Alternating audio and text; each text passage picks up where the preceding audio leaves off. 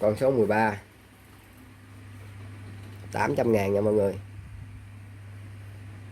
Mình xài khoan nhiều lắm rồi nhưng mà mình ít khi nào gặp cái con này. Hitachi 13mm. Cái đầu cùi nó là nhìn là hết hồn. Nó cũng 13 bằng người ta thôi nhưng mà cái đầu cùi nó bự hơn một tí xíu nha mọi người. Đầu cùi nó cũng cái cùi nè nó rất là cứng ha, nó gia công ha, nó đặt hàng gia công ha. Cái thằng này là nó chuyên chỉ về sắt nha mọi người. 13 ly 10 sắt nha. Hitachi D13V. D13V là cái lỗ 13 ly á, chứ không phải là 13V của DC đâu. 520W nha mọi người. 520W. Đó.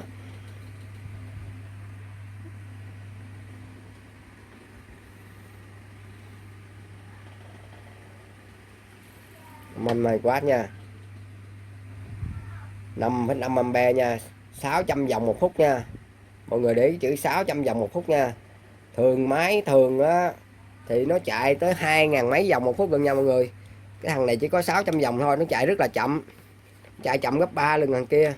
Thì bù lại nó là cái lực của nó rất là mạnh. Nó mạnh hơn kia phải 3 lần trở lên. Tại vì thằng này chuyên làm cho sắt, không có bê tông nha mọi người. Thấy không, thằng này không có bê tông, chỉ có một chế độ sắt thôi.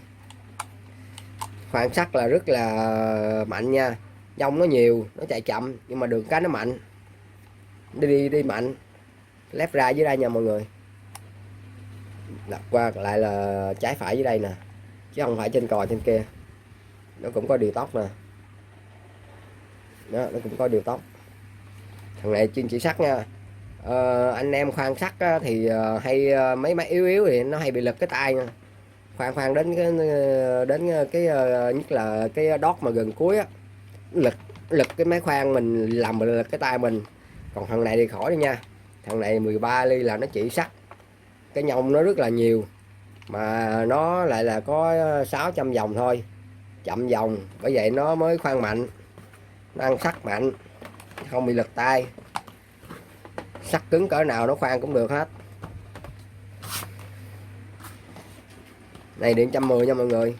Hàng Nhật đó mọi người biết, điện 110 đó. Khi mà mua kèm cục này thì 50k nha, cục này bán 100k nha. Bán kèm theo máy này mình bán thêm thì chỉ có 50k thôi. Bán lấy vốn thôi, 50k để cho anh em mua máy. Thì đây là con Beta 41 40A nha, 22 chuyển sang 110 nha. Dây 3m. Về cứ cắm với cái này vô, cắm vô điện là xài thôi nha mọi người. Nó rất là gọn. Cái này cắm điện vô nguồn xong rồi bỏ đó, giờ cắm thằng này vô, bất cứ nào cắm vô cũng chạy nha mọi người. 40A.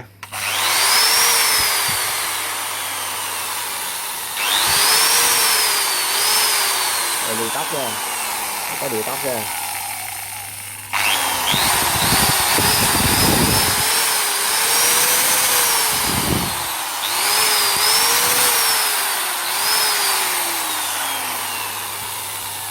Đây đang quay trái, đây đang quay trái nha.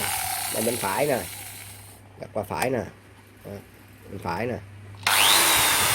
Đây, ở bên phải rồi, ở bên phải á.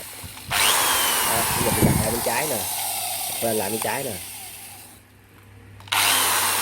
Đó, trái phải đầy đủ ha, điều tốc ha. Cái tiếng gầm rú của nó rất là mạnh, nó nặng mà nó mạnh.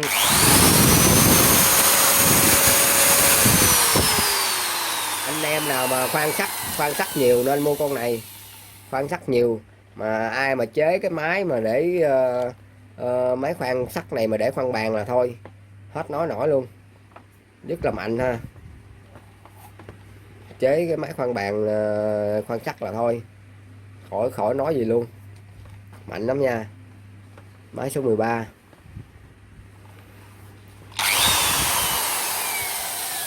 Mua kèm cái cục này gắn vô điện trực tiếp 22 là có 50.000 nha mọi người. Rồi xin chào mọi người.